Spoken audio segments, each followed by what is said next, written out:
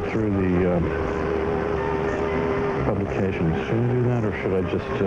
No, I tell you what. I want to make sure that I have time to give full value to this book review that I've been saving up. This is the new book by Raoul Vanegim, or Vanegim, or however you pronounce his name, V-A-N-E-I-G-E-M. Belgian or Flemish name, I believe. He was in the Situationist International with Guy Debord in the late 50s, leading up into May 68.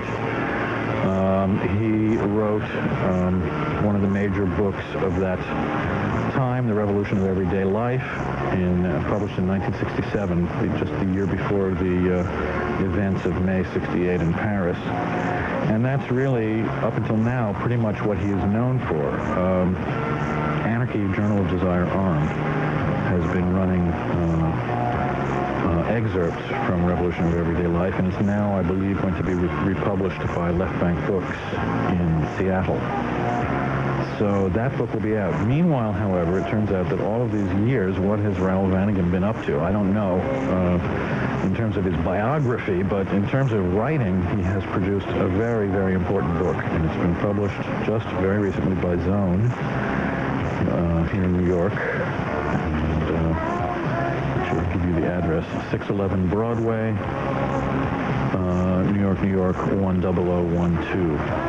Zone Books. No telephone number is given here. I had to call a couple of bookstores before I found one that stocked it, but I know for a fact that St. Mark's has it now. I got it at Tower Books, but they only had one copy that day. So anyway, it's out and about. It's a hardback, and it cost me $25. And I have to admit, I hesitated, but when I had a close look at the book, I realized that it was the kind of book that it was well worth the investment.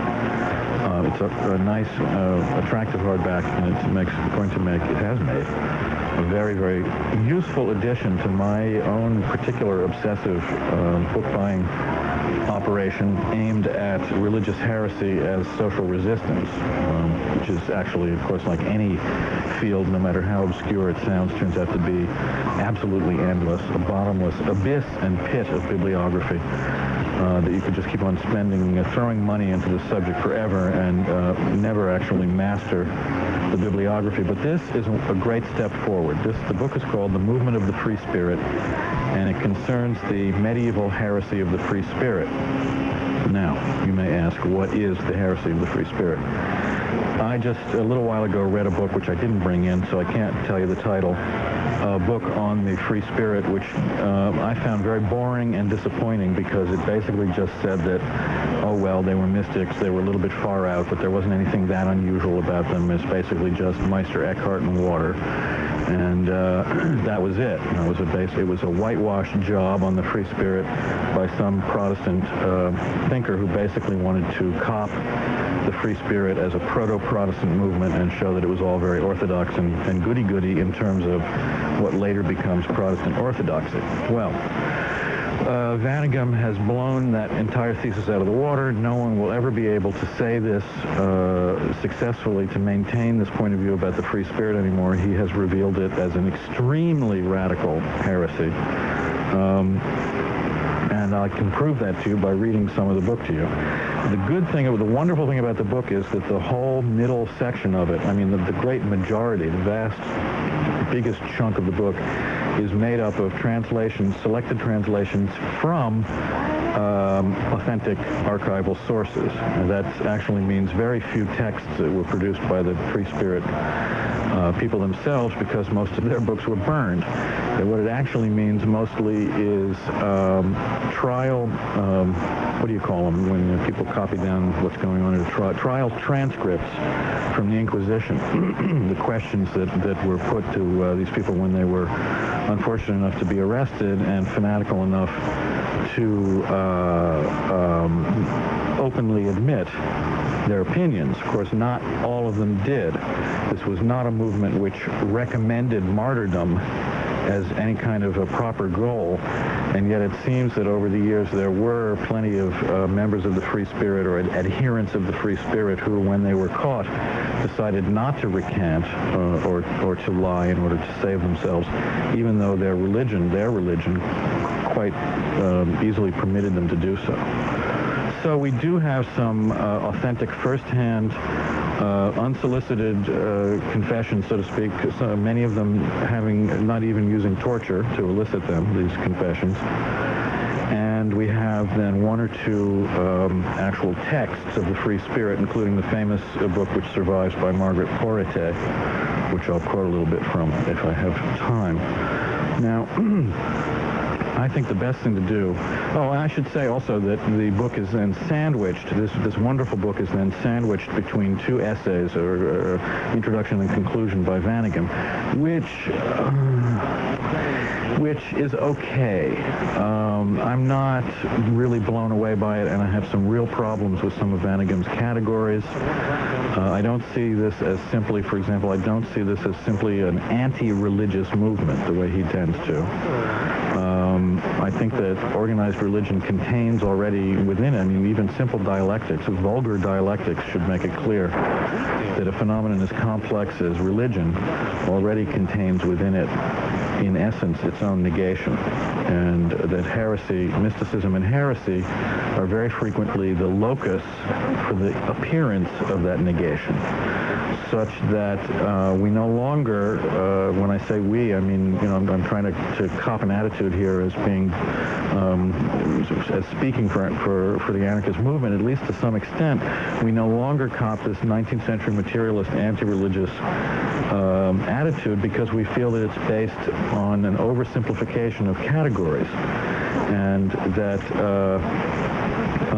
up until the 19th century, and even now, a great deal of revolutionary thought and emotion is expressed in religious language, because that's the natural language for people to express it in. More than that, there are actual, very complex, and we could spend a lot of time arguing about this, but there are actual connections to be made amongst and between heresy, mysticism, and social insurrection. So I think Vanegim is a little bit blind to this side of the spectrum. However, in a way, it's to our benefit that he is, because only someone who was trying to interpret the Free Spirit as an anti-religious movement would have dared, I think, to quote some of the material that he quotes. I have never come across most of these texts before, and I have been interested in the heresy of the Free Spirit for a long time, and I've read what I've been able to get my hands on, which isn't much. The selection of quotes is masterful. It reminds me of the way Walter Benjamin used to talk about how it would be possible to make a book entirely out of bits and pieces of other books, such that that book would have an author, and you would be the author of the book, but you would totally disappear in the book. Actually, I really wish that Vanegim had done that. I wish he had just published the quotes from the Free Spirit and passed up the temptation to have these long rants at the beginning and end. I don't think it's not something I could have done myself, but I can criticize him for not, for intruding himself into what would have been a perfect book otherwise. I'm sure in his position I would have done exactly the same thing. So let me just let me give you some readings from the book and give you an idea. This is some points which were said to have been believed in by a group called the Amorians, who were one of the first examples of the Free Spirit, I think in the early 13th century. God produces everything in everything, therefore the evil things as well as the good things. Therefore, whoever understands that God achieves everything in himself cannot sin. It is thus that they attribute to God and not to themselves the deed of committing a sin. For if God cannot do it, that is, cannot commit evil, then that means he is not omnipotent. Even if someone gives himself up to fornication, someone who has learned that God achieves everything in himself does not commit a sin. Hell is nothing other than ignorance. Paradise is nothing other than the acquired knowledge of truth. They say that paradise is the apprenticeship to truth that they are proud to hold. Whoever knows that God is within him need never be sad, but should laugh. God is all in... God is all in all things. God, in fact, will be all in all.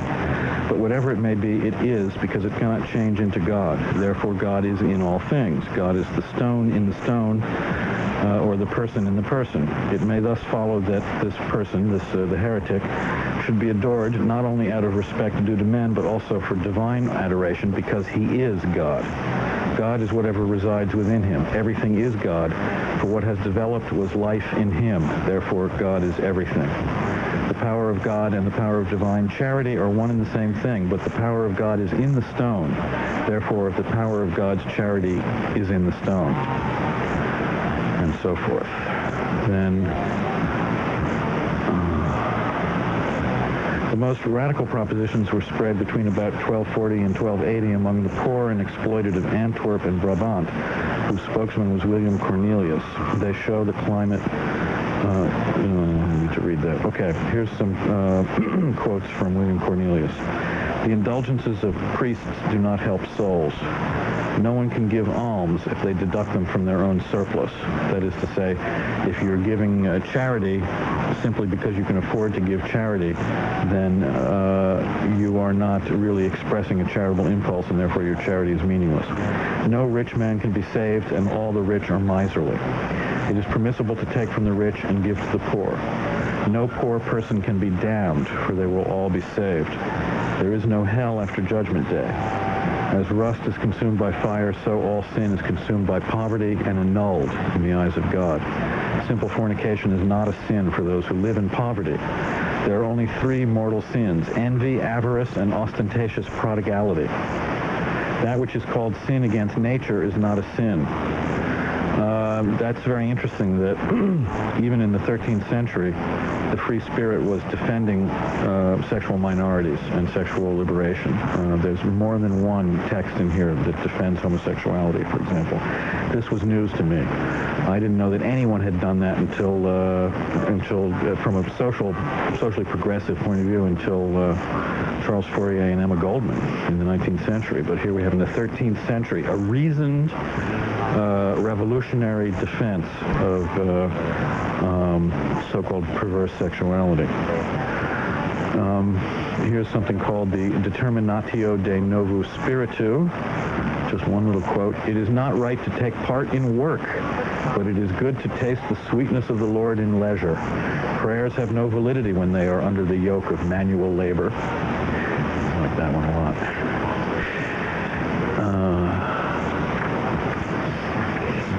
Now, The Mirror of Simple Souls is the book by Margaret de Porrette, or Margaret Porrette. I'm not sure how the name is supposed to be pronounced. Vanegim says it's one of the few texts directly inspired by the movement of the Free Spirit to have survived for posterity. The text begins in the tradition of the Orthodox mystics by developing the theme that the soul touched by grace is without sin. Then Margaret presents a scale of 7 initiatory graces through which the soul comes to the enjoyment of God. Once the soul is annihilated in God, it loses its will, its desires, and even its essence, and having become seraphic, is transformed by God and identified with his totality. This stage still includes ecstatic love, the beatific vision of the mystics, but the soul's identification with God is also the way to freedom, which is the freedom of life at one with God. And then he quotes directly from her. And also, why should such souls scruple to take what they need when necessity demands it? It would be a loss of innocence for these souls, and troubling to the peace in which the soul has drawn back from all things. Who should scruple to take what he needs from the 4 elements, taking light from the sky, heat from fire, dew from water, and support from the earth? We take the service of the 4 elements in all the ways that nature has needs, without the reproach of reason. These gracious elements are made by God, like all other things, and thus such souls use all things made and created of which nature has need in the same peace of heart as they use the earth on which they walk. Also, let's see, here's a nice poem from Margaret of Porrette. Beloved, what do you wish of me? I contain all that has been. This is love speaking. Beloved, what do you wish of me? I contain all that has been, and is, and will be. I am filled with all things. Take from me all that pleases you. If you want all of me, I shall not deny you. Say, beloved, what do you wish of me? I am love, who am filled with the goodness of everything. Whatever you want, we want. Beloved, tell us nakedly your will.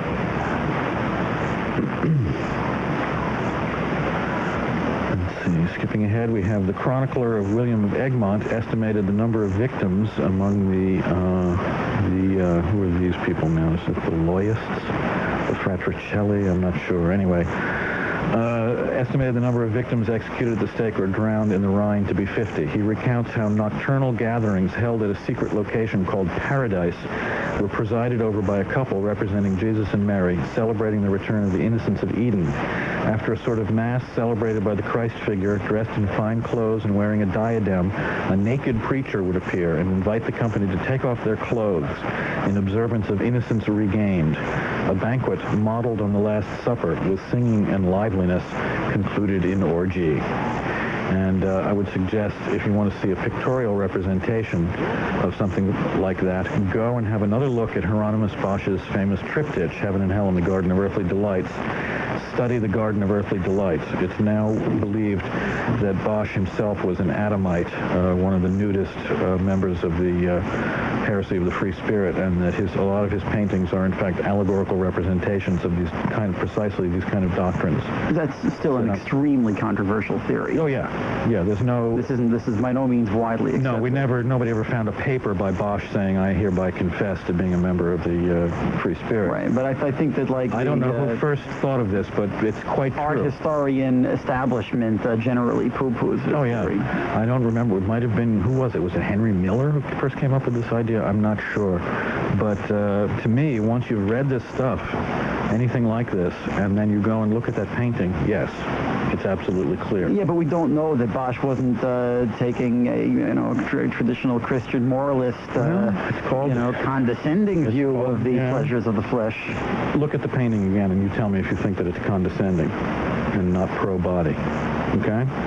I'm convinced that this is true.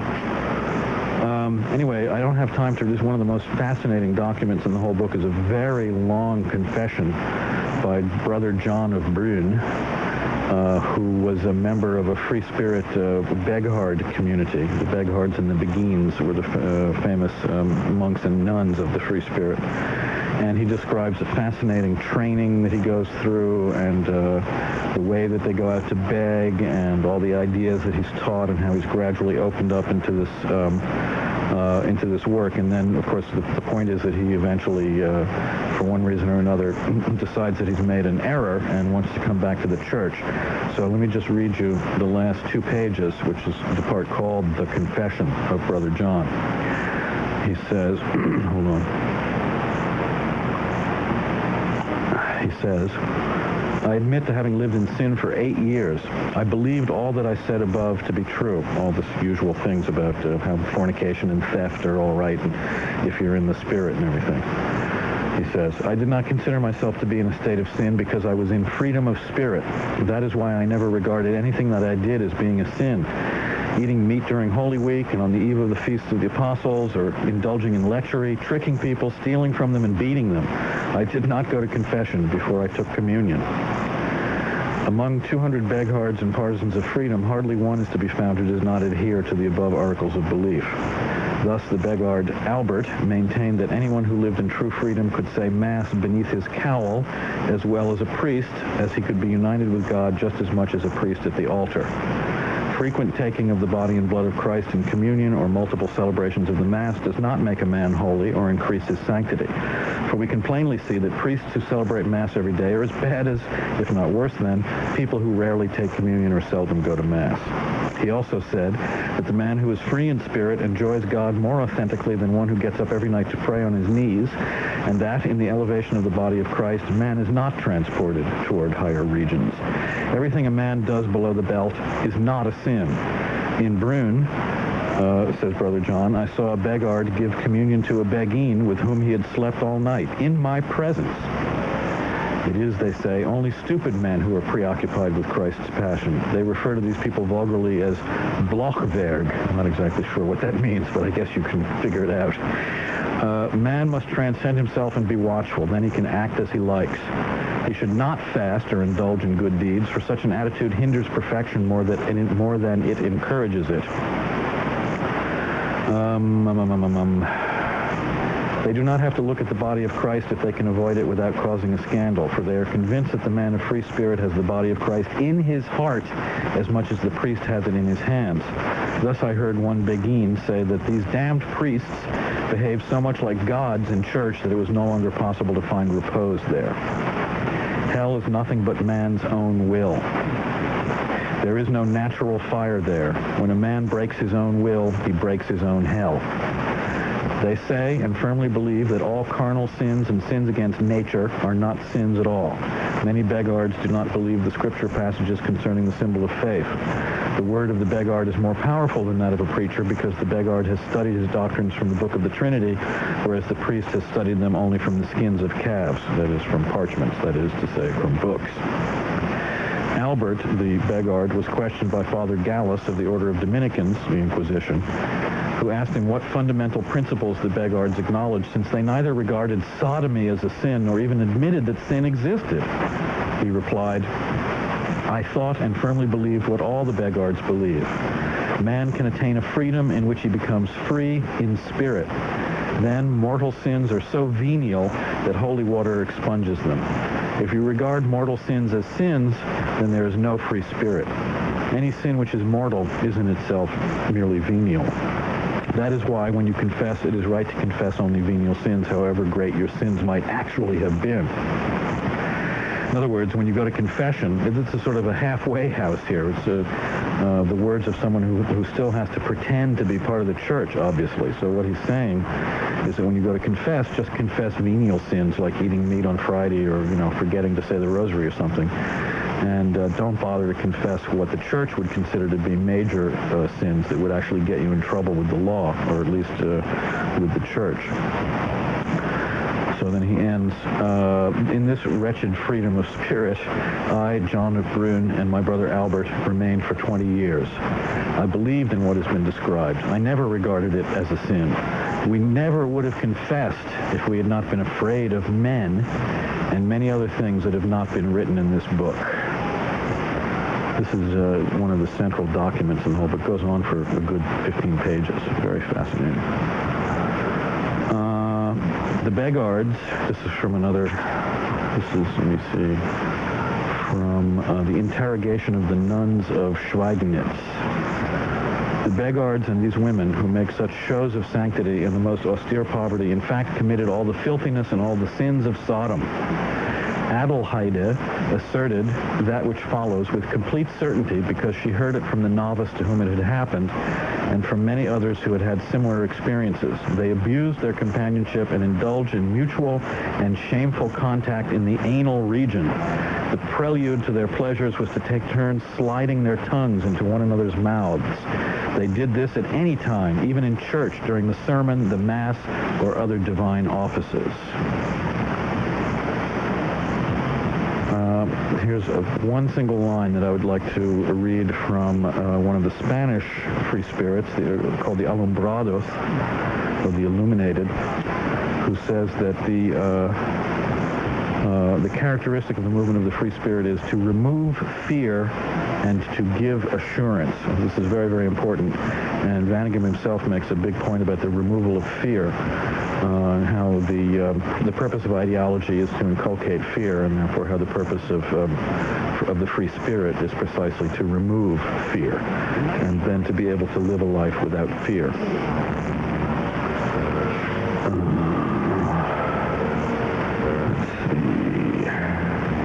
Yes, just another little short quote from the Loyalist movement, another subset of the free spirit, getting up until the 16th century here, and the emergence of Protestantism. Later, that is the Emmanuel van Meteren, the member of the Loyalist cult, who's on trial here, points to the presence of several members of the bourgeoisie among the many followers. Quote, the best, the richest, and most highly regarded, who lived with the others joyously and in an Epicurean manner, unquote. Later he talks of their, quote, impious opinions, gratifying the world in the flesh, abusing and making fun of the Roman Catholic religion as well as the Protestants. This is a very important point which Vanegim doesn't pick up on, which is that the free spirit and all the things which flow out of the free spirit, and that it would involve an entire lecture on its own to trace the descendants of the free spirit who exist right up to this day, are neither Catholic nor Protestant. This represents a third way within Christianity, or so I've always felt. So I've felt for a long time. And you might say that it can be symbolized by the idea of the famous monk Joachim de Fiore, who early in the 12th century set off a whole train of thought, which is still going on, about the three ages, the three spiritual ages of man: the age of the Father, which is the age of law, the age of the Son, which is the age of the Church, and finally the age of the Holy Spirit, which is the age of pure freedom. He was, I don't know, I forget what order he belonged to, Joachim of Fiore, but his work is very influential on all these people. So as there is a third age, which is the age neither of the Father nor the Son, but of the pure Holy Spirit, which has, of course, a feminine aspect. So also the free spirit is neither Roman Catholic nor Protestant, but a third way within Christianity. This is not often recognized. I don't even know whether anybody else in the whole world shares this opinion. I'm sure somebody must somewhere. But in any case, that is very much my feeling, and the clue is given in lines like that, abusing and making fun of the Roman Catholic religion, as well as the Protestants. The free spirits are never papists, and they're also never Puritans, and this is how you can identify them. Let's see. Going on about the loyists, Vanegim says, it is necessary to mention here a legend substantiated by Norman Cohn and Romano Guarnieri, which originates not in any historical fact, but in a novel by George Eichhund called The Libertines of Antwerp, The Legend and History of the Loyists, a book which I'd love to get hold of. Eichhund was, in his way, the Dumas of the Loyist movement. And he records that the Loyists were in the habit of dressing in silk clothes made to look like rags or workers' clothes, on which Raoul and the others used diamonds and gems to depict the plaster stains of a mason or the discarded entrails from a fishmonger's stall. Eichhund claims to have taken this information from an oral tradition that was still alive around 1900 in the neighborhood of Saint André. And elsewhere in the book, I couldn't actually trace it down. There's a story about some beguines, some nuns of the Free Spirit, who wear silk clothes underneath their hair shirts and their nun outfits. So it's exactly the opposite of what goes on in the church, or in the usual kind of mysticism of self-abnegation, the anti-pleasure mysticism, in which the saint is found to be wearing silk clothes, but underneath there's the hair shirt or the chains or the thorns or whatever. It's completely reversed for the Free Spirit. I like that image very much. Here's something about a man named Quentin, or Quentin, also under arrest. What made Quentin and his companion change from tailors to scholars, says Martin Luther, was that they enjoyed being comfortable and well-fed, and work was not something that suited them. This, of course, this is why we're all radicals, actually. People let you in on a secret. The Quintinists, he says, have a wild language in which they cluck and warble, so that they can no more be understood than the song of the birds. Not that they do not use the same words as other people, but they disguise their meaning so much that no one can tell what they're talking about, nor what they're trying to affirm or deny. Now, it is true that they do it out of malice, They never reveal the mysteries of abomination that are hidden within, except to those who have taken the vow. This is Luther's paranoid view of things. And then finally, this is the last short quote again from Quentin, or Quentin. Quentin became incensed when he was asked how he behaved. How, he asked, can Jesus Christ behave badly? Since we are Jesus Christ, the only issue is that what is already perfect in us should be reiterated. I like that idea very much. I think I'm going to have to work on an essay on just that line. That what is already perfect in us should be reiterated. This is the, somewhere there, I think there's a very subtle key to this question of perfection and sinlessness and pleasure. That it's not a question of getting rid of what is imperfect as so much as it is of reiterating what is already perfect. What is already in touch with its own desires, what is already in touch with its true pleasure. That is what is already perfect for the free spirit. Anyway, that's those are I just wanted to give those readings from the book. Not necessarily convince you to go out and buy the book. I just thought it would be illuminating for you to hear this stuff from the 13th through the 15th century. And to realize once again, you know, that there is no New Age, because the New Age has been going on ever since the Old Age began. And the insurrection and the revolution of everyday life, the revolution of pleasure and of self-realization of the individual within the body of the social, and the desire for utopia. All these radical projects have always been with us, and the free spirit may be the first, in some sense, the first modern manifestation, if you can speak of the 13th century as modern in any way. The first modern manifestation of this perennial insurrectionary radical gnosis. But it wasn't the first, and it certainly wasn't the last such expression.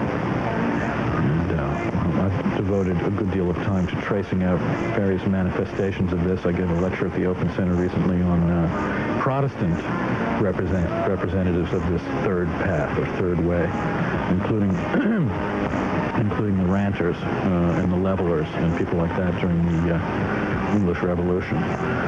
So that's it. That's the book, The Movement of the Free Spirit, Raoul Vanegim, Vaneigem, from Zone Books. And if you, like me, are trying to collect in this area, this is a wonderful source book, excellent bibliography. Not of much use to me, because actually most of this stuff has been translated from Flemish and Latin and 13th century French and other languages which I have no ability to go and follow up any of this material. I'm just exceedingly grateful to Vanegim for bringing all this stuff out and letting the scandal burst out, as it were, and not trying to hide it and pretty it up or apologize to the church or to Orthodox mysticism in any way, but just laying it flat out on the line. It's a wonderful, wonderful work, and strongly recommended. As I say, I have my problems with the introduction and conclusion. I could go on about that. I really don't think it's worthwhile. Who am I, to be quarreling with Vanegim? I have no particular reason to do so. I just say that the bulk of the book, where the quotations are, that's the pay dirt for me, probably will be for you too. If you want to read Situationism, go back and read The Revolution of Everyday Life or De Boer's Society of the Spectacle. And don't expect this to be a primer on situationism. You might, if you have never read either of those books, you might want to actually skip the introduction and conclusion to this movement of the free spirit and just go straight for the good stuff. Does he actually, in that book, does he draw some links to situationism? Yes, he does. I mean, not in an interestingly historical way. He doesn't say, well, we did this, we did that, it was like what they did, we said this was like what they said. But he draws certain parallels. But you can see that in his mind the parallels are certainly there. He mentions situationism. He discusses it openly. Yeah, he discusses, he did, in this coy way that French intellectuals have, that he doesn't actually, I think, ever use the word. He does not, in fact. No, he's, in fact, and this is something I very much sympathize with him. He's basically saying that in an era where the kind of thing that they were doing or wanted to see happen in May '68 is clearly not possible, right? In an age of sort of suffocation of the social. Referring to now. Referring to now. Yes, referring to now. That one is seduced back into history. That you're seduced back into this dalliance with the past. Yes, indeed. The past, which is always changing, far more so than the present, and is always being reproduced. Well, it's changing in human consciousness. Yeah, that's what I mean. And what is the past? Are you telling me that there's some categorical, material past which could be tapped into if only we had a perfect enough archaeology or, analyse the text? No. I would say that it's inherently unknowable by so-called archaeology or even by so-called history, because anybody who interprets it is, bringing his own biases. Yeah, exactly. And, it's like the Heisenberg uncertainty principle. But none the least, I think that there were certain objective things which did happen in the past, which are inherently unknowable. But, but I mean, some historians, there's a whole movement of historians who talk about history as being the study of what really happened, and they put a great emphasis on this, and they're trying to find out what really happened. I remain philosophically, I have a problem with that. I have a problem with the idea of what really happened. First of all, I've been places and had experiences, and I don't know what happened. And no one who was there really knew what happened. There are examples, there's a famous example in sociology of a whole group of people who were brought together at a conference on crime, jurisprudence, and evidence, right? So these were all expert lawyers, policemen, professors of the whole evidential, jurisprudential thing. And some people played a trick on them. They staged a little event where there was some shots were fired and some curses were yelled and somebody fell down with blood coming out, but it was all fake, right? But it was done by actors, and it was all meant to look real. And at a certain point, all the actors got up and ran out, and the speaker said, "You've just been subjected to an event, and we want you, without consulting with anybody, to immediately now write down what you saw." There was like 100 people there. Not one of them got it right.